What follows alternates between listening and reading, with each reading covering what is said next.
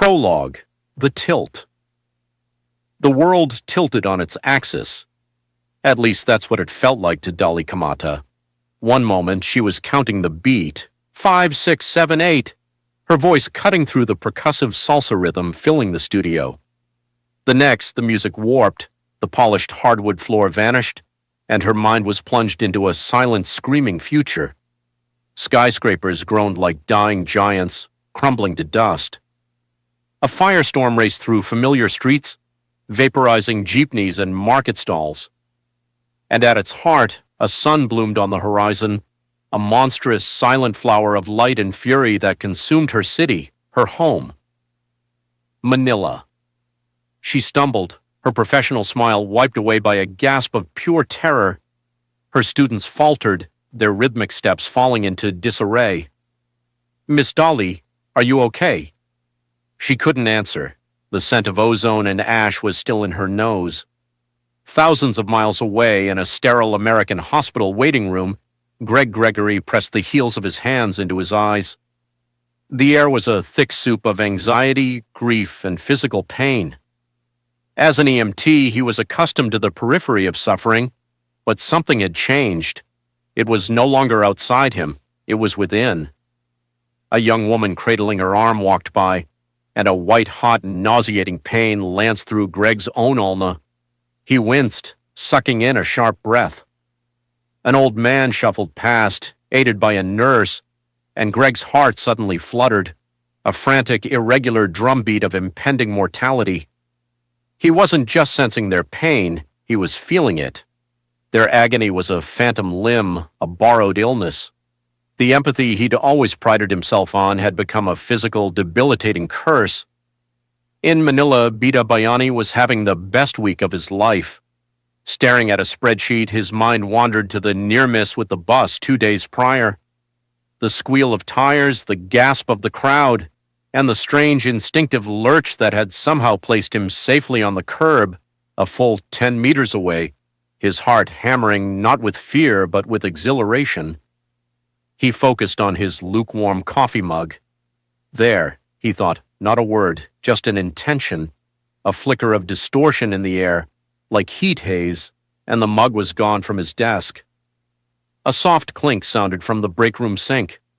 Bida grinned, a wide, unrestrained expression of pure joy. He'd read about this his whole life in dog-eared comic books. This was his origin story. He was chosen. For police officer Jesse Reyes, the change was a waking nightmare. The crowded streets of Manila had always been loud, but now the noise was inside his skull. A cacophony of unspoken thoughts, petty lies, secret shames, and fleeting desires from every person he passed washed over him, a psychic tide threatening to drown him. It made his current case, a string of bizarre murders, all the more hellish.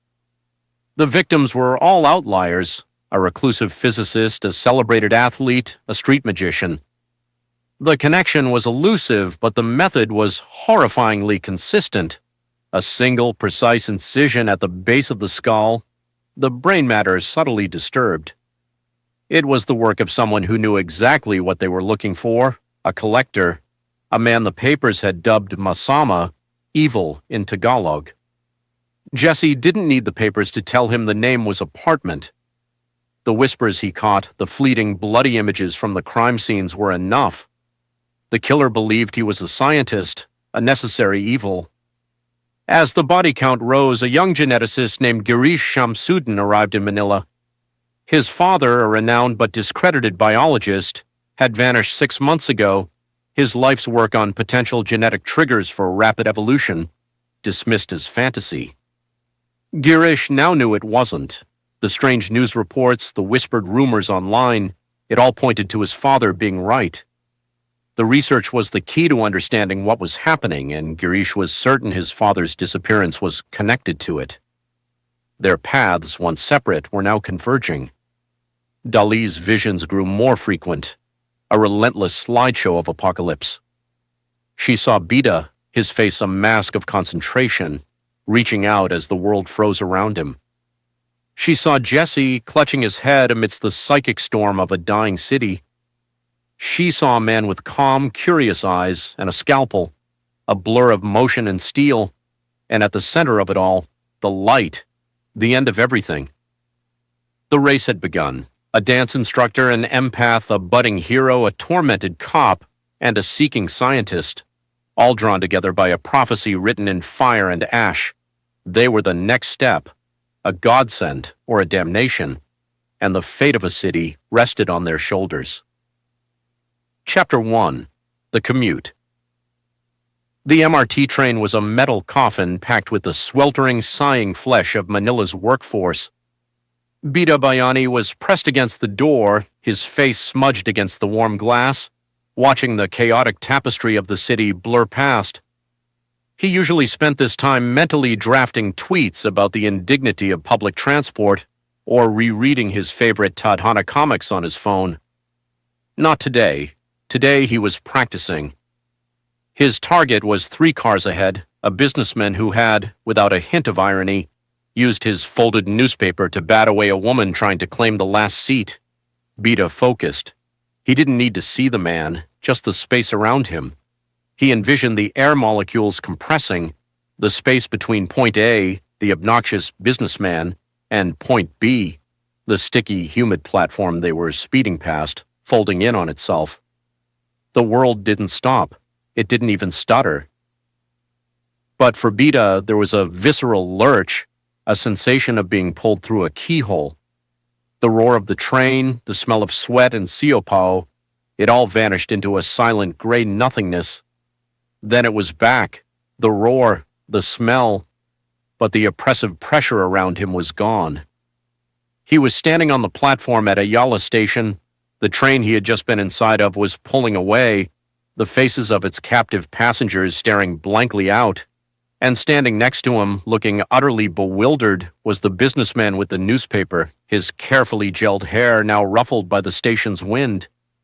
"What the man sputtered, looking around in confusion. "How did I—" Bida didn't wait for the rest. He melted into the crowd, a thrill coursing through him so potent it made his fingers tingle. He'd done it, a live subject, a successful teleport. He bought a cold bottle of Coke from a vendor, his hand trembling slightly. This was it. This was the moment Peter Parker got bitten, the moment Bruce Wayne's parents died. Well, maybe not that last one. This was better. This was power, pure and simple, and he was going to use it for good. No more petty stuff, no more moving coffee mugs. His phone buzzed. A news alert. Another body found in Paco. Bizarre circumstances. Police baffled. Bida's grin widened. This was exactly the kind of thing a hero was meant for, a real villain. He took a long swig of his Coke.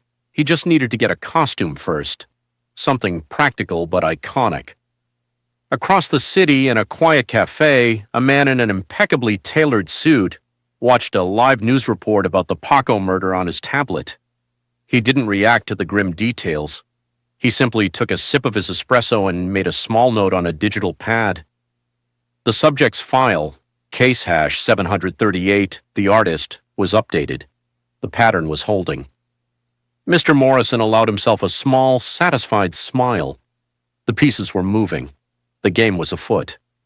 He finished his coffee, left a generous tip, and walked out into the Manila heat, disappearing into the crowd. Since you've made it this far, please click like and subscribe. It truly means a lot to us and is what keeps our video quality this good. Proud as if he'd never been there at all. Chapter 2. The Visionary. The scent of sawdust, sweat, and lemongrass oil was Dolly's sanctuary. Here, in her studio, the world made sense. There were steps to follow, a rhythm to obey, a predictable arc from beginning to end. It was a lie, of course, a beautiful, constructed lie, and the vision on the dance floor a week ago had shattered it completely. She forced a smile, clapping her hands. "All right, everyone, that's a wrap. Great energy today. Remember to stretch those hamstrings." Her students, a mix of weary office workers and enthusiastic retirees, dispersed with groans and laughter. Dolly's smile vanished the moment the last one left. The silence of the empty studio was deafening, a blank canvas upon which the horrors in her mind could replay in high definition.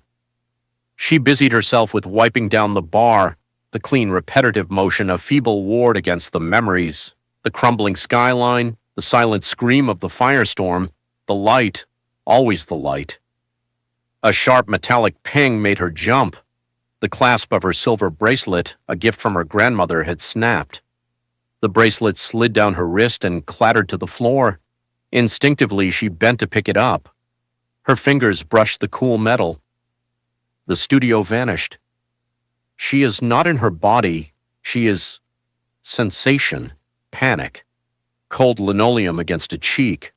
The coppery smell of blood, thick and cloying. A shadow looms, holding something that glints under a single bare bulb, not a weapon, a tool, a scalpel. The shadow hums, a tuneless, clinical sound. There is no malice in the hum, only a terrifying, focused curiosity.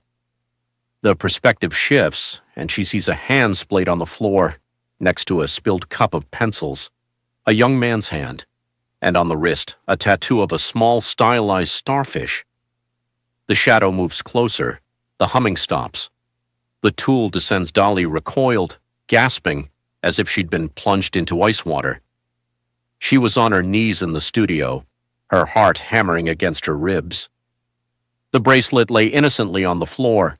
The vision had lasted only a second, but the visceral sensory details were branded onto her synapses. The smell of blood was still in her nose. This was new. The premonitions had always been grand, cinematic. The destruction of a city. This was intimate, horrifying, and immediate. A murder. A specific murder that had not yet happened. She scrambled to her feet, backing away from the bracelet as if it were a venomous snake. Psychometry. Her grandmother had whispered stories about it, the ability to know the history of an object by touching it. But this wasn't the past, this was the future. A future where that young man with the starfish tattoo was going to be killed by a shadow with a scalpel. Masama. The name surfaced from the depths of her terror, pulled from the news reports Jesse Reyes tried to hide from her. They'd dated briefly years ago, and the connection had fizzled but never fully broken. He'd come to her last week, after her very public episode, his cop's mind seeing a pattern where others saw a freak accident. He'd mentioned the name, the scalpel, the strange incisions. Her earlier vision of the explosion hadn't felt real. It was too big, too abstract, like a disaster movie. This was real. This was a person. And she had seen his death. Her hands trembled as she pulled out her phone.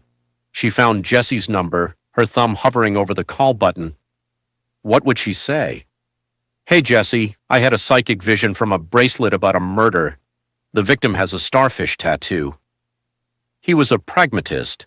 He'd think she'd lost her mind. He might even be forced to report her, get her committed.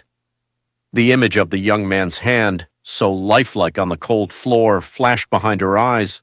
She couldn't do nothing. She wouldn't call Jesse, not yet. Instead, she opened a search engine on her phone, her fingers still unsteady, typed, Manila tattoo artist starfish design. It was a needle in a haystack. It was insane. But it was something. It was a first step. The dance was over. A new terrifying rhythm had begun, and she had no choice but to follow its beat. The first step was to find a boy with a starfish on his wrist and stop his future from ending on a cold linoleum floor. Chapter 3. The Noise. The problem with hearing thoughts, Jesse Reyes decided, wasn't the secrets, it was the banality. He stood at a crosswalk, waiting for the light to change, and was subjected to the internal monologue of a woman next to him. And if he thinks I'm making adobo again after he didn't take out the trash, he's got another. Oh, the light's green. A jeepney driver roared past, his mind a furious, expletive-laced storm about traffic and putang ina and the price of diesel. A teenager glued to his phone was mentally composing a flirty text, second-guessing every emoji. Is the winky face too much? Maybe just the smile. It was a relentless, crushing tide of mental static. Petty grievances, shopping lists, song lyrics stuck on loop, anxieties about work, about love, about life. There was no filter, no volume control.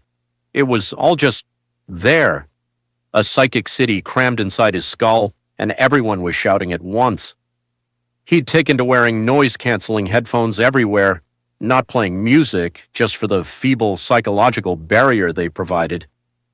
It didn't actually block the thoughts, but it gave him a reason to avoid eye contact, to look like just another tuned-out city dweller instead of a man slowly being driven insane by the unwanted intimacy of 7 million minds.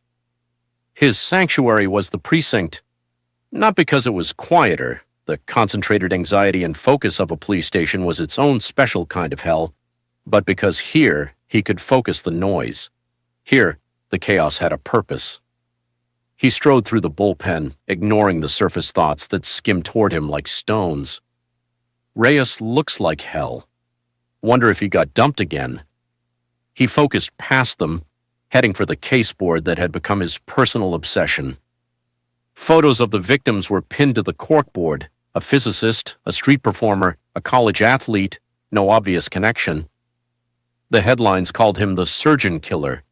The name Masama had been leaked by a tabloid and it stuck, adding a layer of mythical boogeyman to the clinical precision of the crimes. "Anything new, Jess?" his partner, Inspector Alvarez, asked, not looking up from his desk. Alvarez's mind was a comfortable, focused hum about ballistics reports and his daughter's ballet recital later that evening. "Pattern's the same," Jesse said, his voice rough. He hadn't slept well. The thoughts of the city seeped into his dreams. Same incision, same emptiness, no signs of struggle. It's like they let him do it. "Or he's very, very good at convincing them," Alvarez muttered. Jesse stared at the photo of the latest victim, a young man found in his art studio. The official report said there was no next of kin.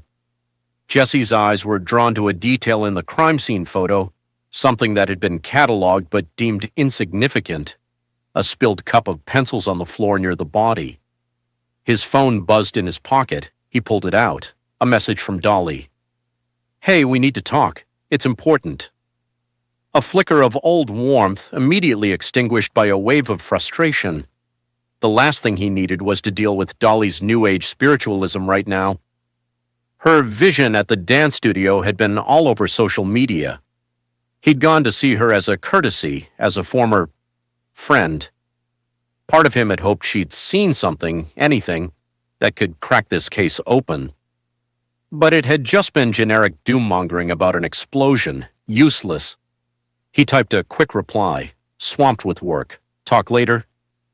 He put the phone away without waiting for a response. His head was pounding. He needed quiet. He needed the thoughts to stop.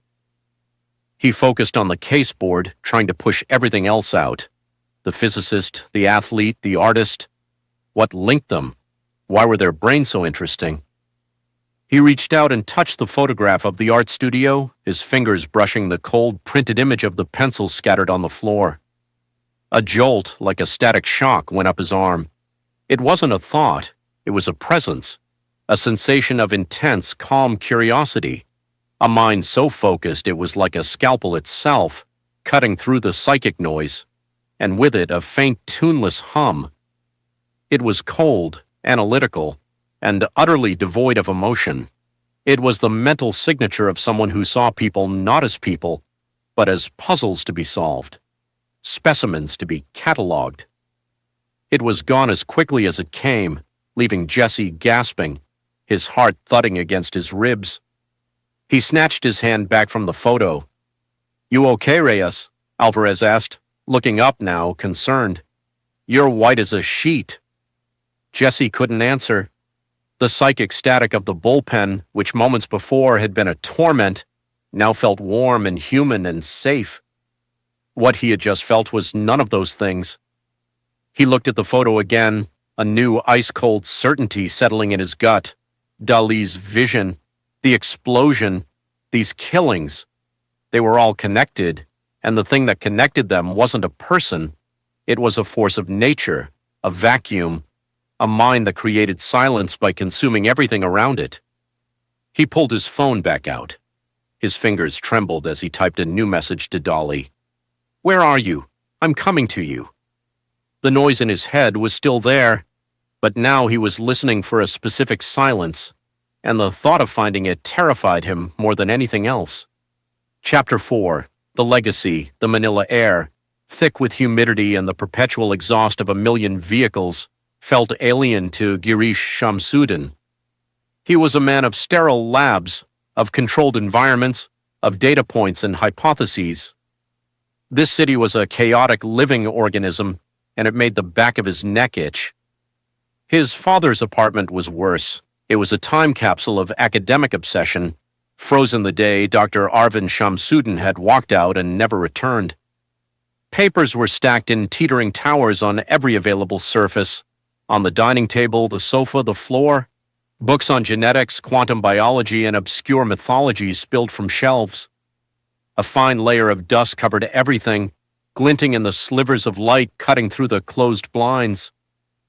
Girish ran a finger through the dust on his father's desk, leaving a clean trail. The police had found no signs of struggle, no forced entry. His father had simply vanished, his passport and wallet left behind Chinardi again. To them, it was a missing persons case. To Girish, it was a crime scene. The stolen object wasn't a television or jewelry, it was a mind, his father's mind.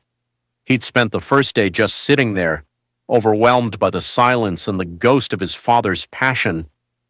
The elder Shamsuddin had been ridiculed for his later work, dubbed genetics for the new age by his peers. He'd posited a dormant gene sequence, a potential he called the Deus Ex Machina sequence, that could be activated under extreme duress or specific unknown environmental triggers. He believed humanity was on the cusp of an evolutionary leap, and he'd been searching for the catalyst. Girish had dismissed it as the ramblings of a brilliant man gone down a rabbit hole. Now he wasn't so sure. He opened the top drawer of the desk. Inside, nestled amid paperclips and dried-out pens, was a small brass key. His father had shown it to him years ago, a joke between them. The key to all mysteries, he'd said with a wink. It fit a small, fireproof lockbox he kept hidden on the balcony, behind a large, wilted fern. Girish pushed open the balcony door, the humid air washing over him. The fern was brittle, dead. He moved the pot, its base scraping against the concrete. There, bolted to the floor, was the box. The key turned with a satisfying click. Inside, there were no stacks of cash or secret diaries. There was only a single thick file folder and a small strange device that looked like a Geiger counter crossed with a smartphone, with a small LED screen and a metallic probe. He lifted out the folder. Written on the tab in his father's precise handwriting was a single word, Lynchpin. His heart beat faster. He opened it. Inside were not academic papers, they were profiles, dozens of them. Newspaper clippings, printed internet forum posts, grainy photographs, and his father's meticulous notes. Case hash 112, the politician. Subject demonstrates ability to negate gravitational force. Activation event, near drowning during Typhoon Ondoy. Case hash 445, the convict. Subject demonstrates ability to shift atomic vibration, allowing permeation of solid matter. Activation event, trapped in collapsed building during earthquake. Case hash 738, the artist. Subject demonstrates precognitive ability, channeled through artistic expression under specific chemical influence. Activation event, overdose on psychedelic compounds. Girish's breath caught in his throat. His father hadn't been theorizing, he'd been cataloging. He'd found them, the evolved. A business card slipped from the folder and fluttered to the floor. It was heavy, expensive cardstock. Embossed on it was a simple minimalist logo that resembled a stylized DNA helix encircled by a laurel wreath. Below it, in clean font, it read, Mr. Morrison, The Institute. There was no address, no phone number. The device in the box suddenly emitted a soft, intermittent ping. A green light on its side began to pulse. Girish jumped, fumbling with it. The LED screen flickered to life, displaying a digital compass and a proximity meter. A blinking dot appeared on the edge of the screen, a signal. Someone, somewhere nearby, was registered in his father's files. One of the evolved was close. A quiet voice spoke from the doorway behind him. I see you found it. Girish spun around, clutching the device to his chest. A man stood in the doorway to the apartment, backlit by the dim interior light. He was impeccably dressed in a light linen suit, looking completely unruffled by the heat. "Mr. Morrison." "Who are you?" Garish demanded, his voice tighter than he intended. "A friend of your father's," Morrison said, his smile not reaching his eyes. He stepped onto the balcony, his gaze flicking to the open lockbox and the file in Garish's hand. He was a visionary, his work premature perhaps, but invaluable. "What is the Institute?" Garish asked, taking a step back, his shoulder brushing the balcony railing. "A collective of interested parties. We ensure that this transition proceeds smoothly, that it doesn't frighten the world," Morrison said smoothly.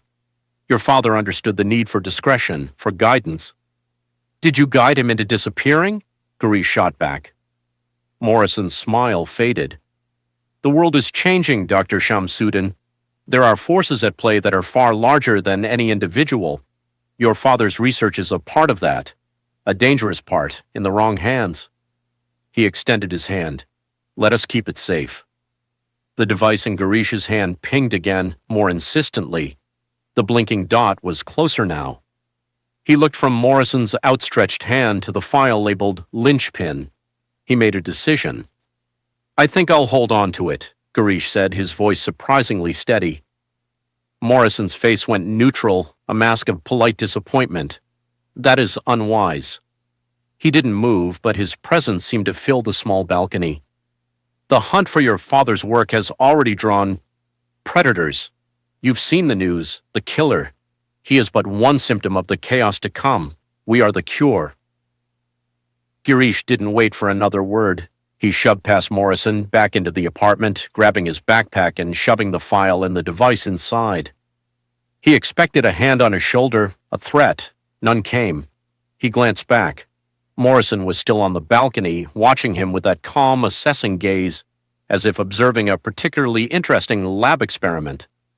Garish fled the apartment, taking the stairs two at a time, his heart hammering. He didn't stop until he was lost in the crowded street below, the pulse of the strange device in his bag a constant, terrifying reminder that he was now part of his father's dangerous legacy. Chapter 5. The Echo. The ambulance was a metal box of amplified anguish. For Greg Gregory, it was a sensory torture chamber. Every bump in the road jolted through him.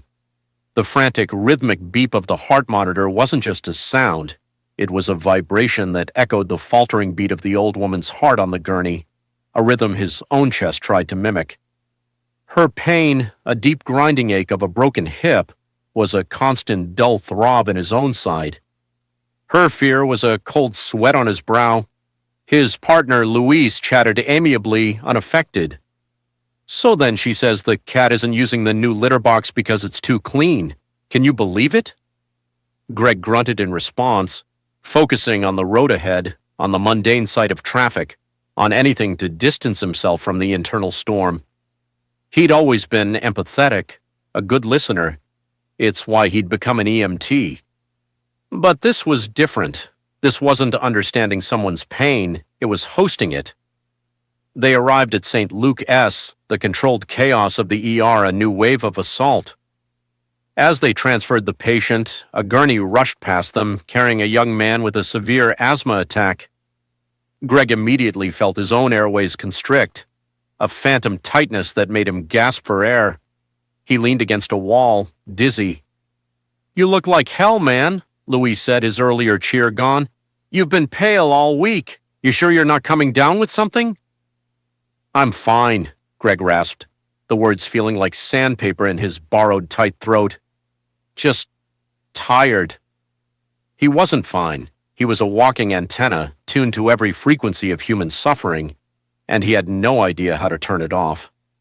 He was drowning in the echoes of other people's lives. His break was a blessed 10 minutes of solitude in a quiet corner of the ambulance bay. He closed his eyes, trying to find the quiet center of himself, the Greg that existed before this started. The silence was a fragile thing, constantly threatened by the distant wail of sirens, the murmur of doctors, the low hum of the hospital's generator. And then a new signal cut through the noise. It wasn't pain, it wasn't fear, it was power. It was a low, thrumming energy, like standing next to a high-voltage power line. It felt focused, intense, and utterly alien. It buzzed against his skin, a vibration that was felt rather than heard. For the first time all day, the cacophony of other people's pain was pushed into the background by this new, overwhelming sensation. His eyes snapped open. He looked around. Orderlies smoked by a back door. A doctor scrolled on her phone, nothing out of the ordinary, but the feeling was pulling him. It was a compass needle finding north. He stood up, walking slowly, following the sensation like a bloodhound. It led him away from the busy ER entrance, around the side of the building, toward the staff parking lot. There, leaning against a nondescript sedan, was a man in a paramedic's uniform. He was looking at his phone, seemingly bored, but the energy was coming from him. It was a calm, controlled potential, like a coiled spring. The man looked up, sensing Greg's stare. His eyes narrowed slightly. He gave a curt, neutral nod, and in that moment of connection, something shifted. The thrumming energy flowing from the man didn't just register on Greg's senses, it connected. It was like plugging into an outlet. A sudden, bizarre knowledge flooded Greg's mind. He knew with absolute certainty that the man's car keys were in his right pocket. He knew the man was thinking about a woman named Sarah, and that he was worried about her. And he knew, most startlingly, that the man could, if he wanted to, generate a concussive wave of force from his hands. The man's eyes widened. He pushed off from the car, his posture shifting from bored to alert in an instant. He'd felt it too. The connection. "You," the man started, his voice low and cautious, but Greg was already backing away, his mind reeling. He hadn't just felt the man's power, he had understood it. For a split second, it had felt like his own. He turned and hurried back toward the ambulance bay, the strange thrumming energy fading with every step, replaced once more by the familiar, miserable chorus of pain and anxiety. But something had changed. The echo wasn't just an affliction anymore. It was a connection. And for the first time, it hadn't shown him someone suffering. It had shown him their strength. The question now was, what was he supposed to do with it?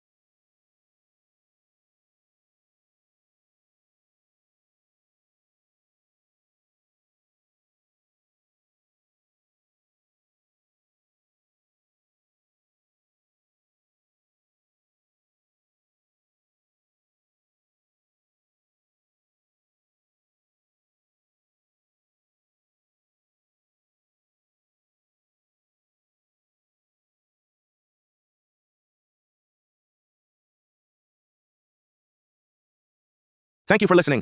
It truly means a lot. Please like and subscribe. Don't forget to hit the bell icon.